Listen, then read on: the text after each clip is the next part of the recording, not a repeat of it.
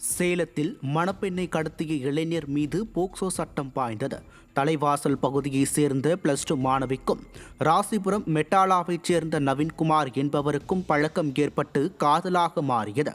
இதற்கிடையில் சிறுமிக்கும் இளைஞர் ஒருவருக்கும் திருமணம் நிச்சயிக்கப்பட்டு திருமணம் நடைபெறவிருந்தது.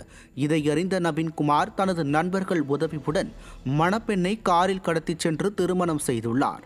பெண் வீட்டார் புகாரை அடுத்து தகவல் அறிந்து விரைந்து சென்ற போலீசார் அவர்களை பிடித்து குழந்தை திருமணம் செய்ததாக கூறி இளைஞர் மீது போக்சோ வழக்கு பதிந்தனர்.